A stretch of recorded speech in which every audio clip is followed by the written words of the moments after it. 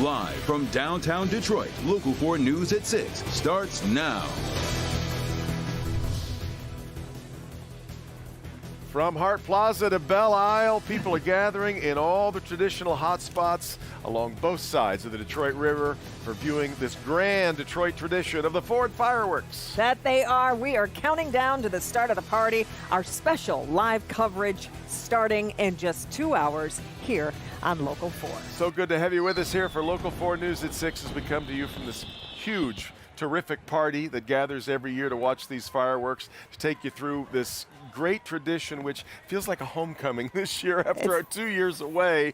We're back home where we belong. It is fantastic. You're right. Police actually said they're going to be shutting down highways into Detroit at 6 o'clock. So if you're trying to get down here, I would probably just advise you to stay home because you've actually got the best seat in the house watching right here on Local 4.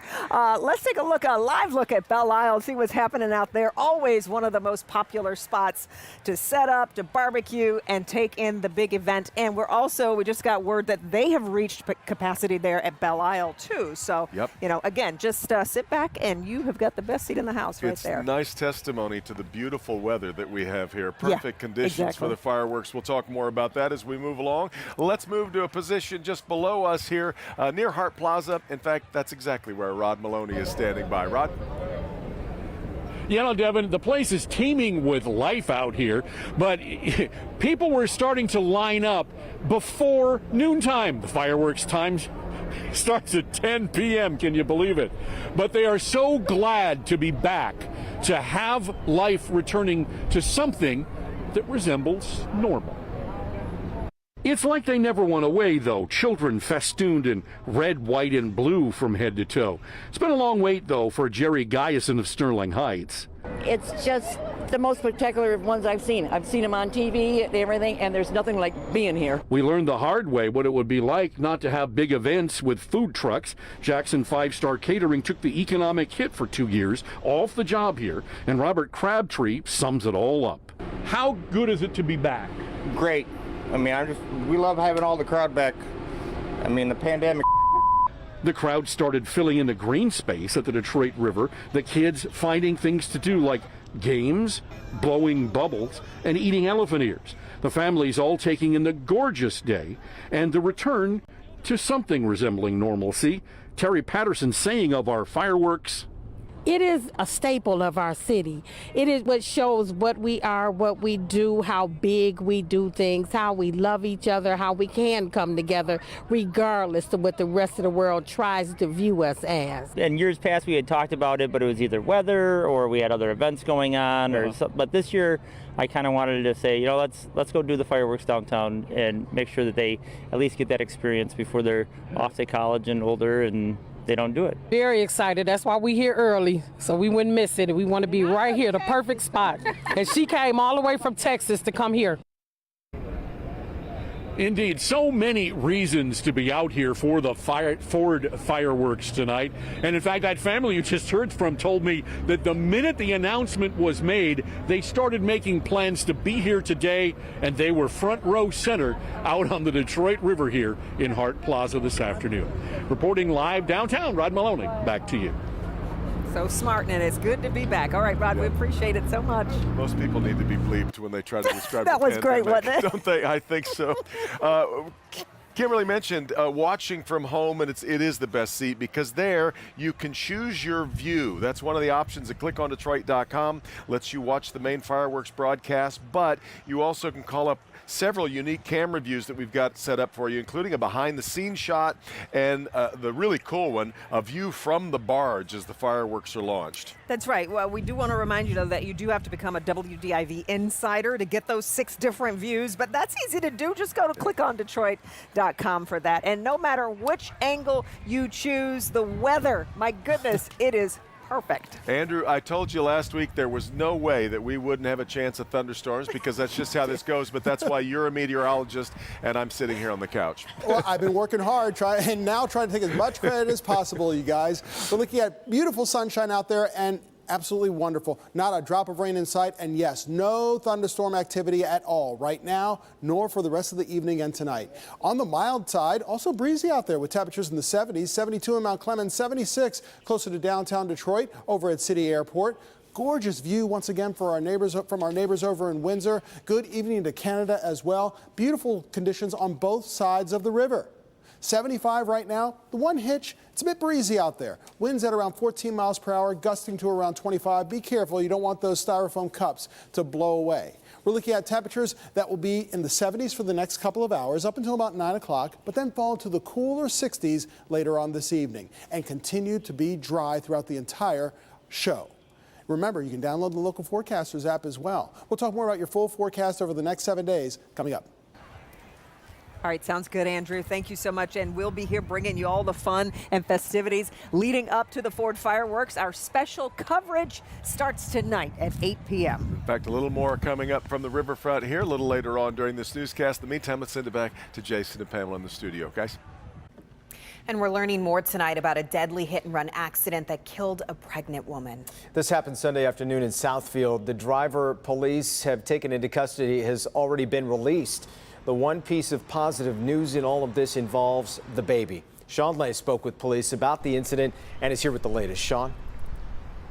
The latest is doctors were able to save that baby. This tragedy unfolding at this apartment complex parking lot right behind me here on Greenfield. We are speaking with police investigators tonight. They're telling us there's much more to this story.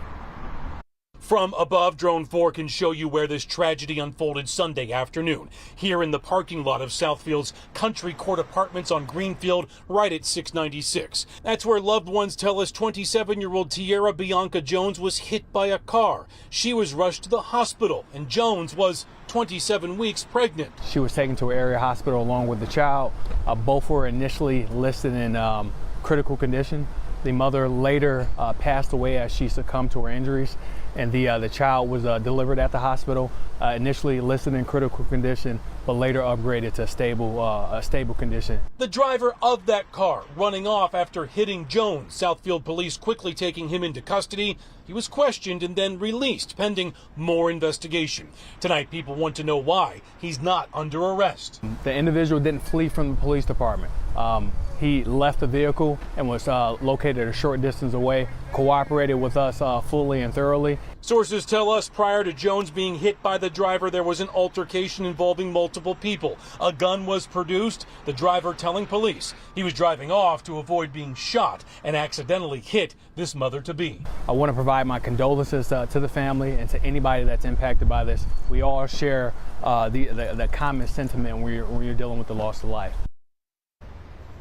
Police are stressing to us tonight that even though that driver was questioned and released, they have much more investigation that has to come in the next couple of days. They have more people to interview. They're collecting more video of this incident. Guys are going to put all this together and present it to the Oakland County prosecutor. We're live in Southfield tonight. Sean Lay, Local 4, back to you. Yeah, loss of a life, but a life saved. All right, Sean, we appreciate it. Coming off a weekend of impassioned protests after the U.S. Supreme Court struck down Roe v. Wade, it's clear that a new battle over reproductive rights is really just getting started. At 5:30, Paula Tutman showed us what's next for pro-choice groups who want reproductive rights codified into U.S. law. Paula's back to show us how their strategy is different from those who oppose abortion. Anti-abortion advocates say that overturning Roe v. Wade on Friday was not the end.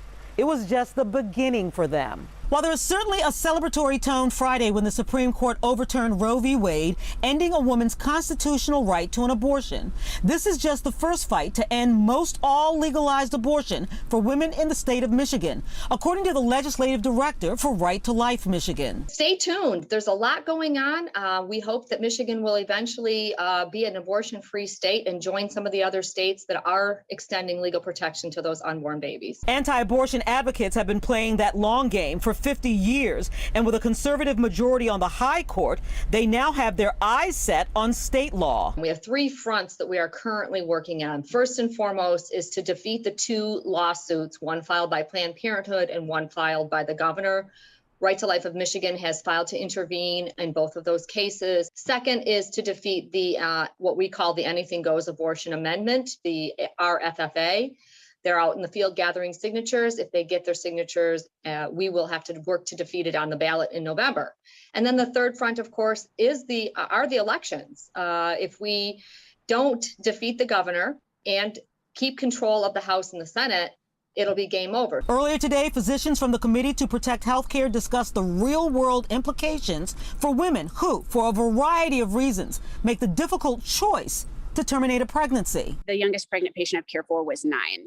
And, for that patient, for a 12-year-old, for anybody who doesn't want to be pregnant, the effort it takes to get out of state, if they're in a state where they can't access that care, is devastating. Battle lines are being drawn on both sides, and the fight will continue at the ballot box. Paula Tutman, Local 4. Coming up on NBC Nightly News, investigating crisis pregnancy centers. They're all over the country providing free services like ultrasounds and STD testing. NBC News sent 2 producers into centers to ask for pregnancy counseling, what they were told ahead at 6:30. Tonight in our Help Me Hank consumer headlines, a recall of a popular patio umbrella that's causing injuries. But we begin with a new warning about a big Facebook scam. Consumer investigator Hank Winchester is live. And Hank, millions of people are targeted in this one. Tell us about it. At least 10 million people so far. This one's spreading like wildfire. Here's what you need to know. We begin our Help Me Hank consumer headlines with a big and growing Facebook scam. These high-tech thieves sending you messages via Facebook Messenger, and we're told at least 10 million people have been targeted. These scammers are working to steal your personal information, and they claim to be associated with Facebook reviewing your account. Paper coupons are vanishing. Many companies now moving to digital rather than putting their deals in the local paper. General Mills, which controls many brands you see at the supermarket, now pushing a digital platform. Local stores still offering many promotions, though, that you can either get in your local paper or in the store circular. And a recall alert, a solar-powered patio umbrella is being recalled. The Sun Villa umbrella was sold at Costco last year. 400,000 units affected because the lithium-ion battery could overheat. So far, there have been a number of burn-related injuries reported. And as always, you can find all the latest recall information right on the Help Me Hank page at clickondetroit.com. We're live here tonight. Hank Winchester, Help Me Hank, Local 4, back to you. All right, Hank, we appreciate it.